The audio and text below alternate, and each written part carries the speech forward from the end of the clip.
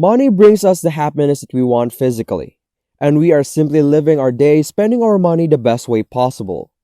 Handling our money every day could be tasking, but having the right method to manage your money could definitely help you build the future you have been wanting. And in today's video, I am going to show you the 50-30-20 rule of money to help you manage your money the best way possible. But before we pierce right through the gist, I would just like to give you a little disclaimer. I am not a financial advisor, so better take all my advice with a pinch of salt and take only what can be applied to you. I do my very best in telling you the latest information in terms of financial management. But if you are experiencing serious problems, that is the time to seek out services by professionals and experts to help you out with what you're facing. Welcome to the Quantum Wealth, where the road to success begins. Before starting with the video, please like and subscribe to the channel and comment below your thoughts for today's video. Now here's the 50-30-20 rule of money. Let's begin. I have a friend named Levi. He wants me to help him manage his money, so I offered him the 50-30-20 rule. Let's say he makes $20,000 a month. 50% of his money, which is at $10,000, will go to things he needs, from housing, health, groceries, and etc. The next 30%, which is at $6,000, will go to things that he wants, such as vacation tickets, faster internet connection, and whatnot. Lastly, the 20% will go to his savings and investment. This rule is ultimately sustainable and highly attainable for anyone. Budgeting with this method will help you take control of your money and keep track of your money, which benefits you into making wise and responsible decisions in order to prepare for any emergencies and financial crisis. With the right mindset and discipline, one can reach this goal and further success will be reached. Now that we know how the money is going to be spent, let's dig a little deeper on what the three areas of the 50-30-20 rule entails. What are other things that we can consider on each level and what can be done to not deviate from the rule? On to our first part is the 50%, which are all things you need. Make a list and you are good to go. From housing, groceries, utilities such as electric bill, water bill, and etc., health insurance, and car payment.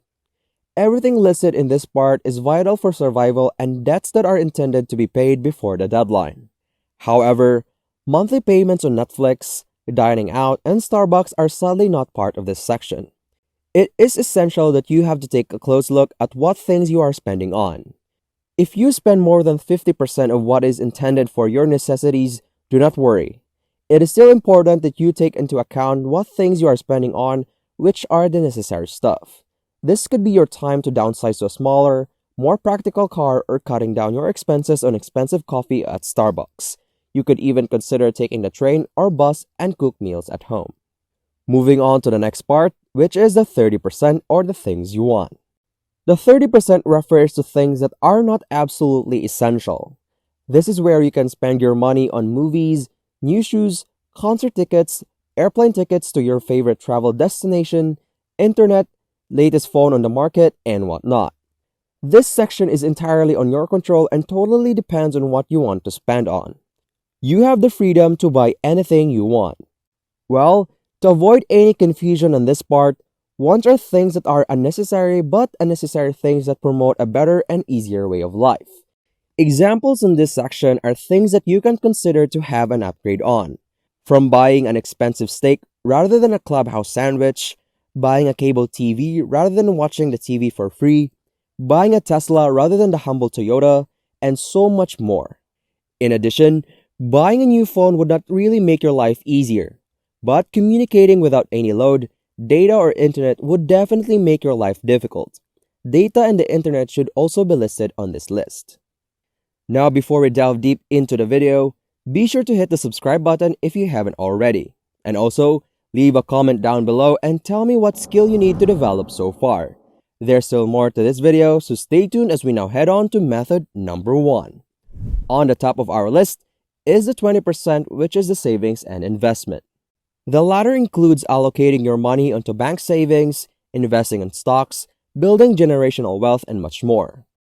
One could also consider putting at least 3 months of emergency savings for unfortunate cases that may arise, such as losing your job, accidents, or any event that could compromise your assets. In addition, putting some of those to your retirement and reaching other financial goals. Saving is hard. Budgeting is hard.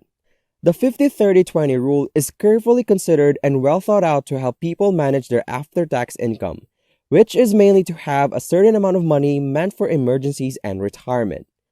Emergency fund should also be part of any household as it could help you survive until you find your next employer or after you recover in the hospital.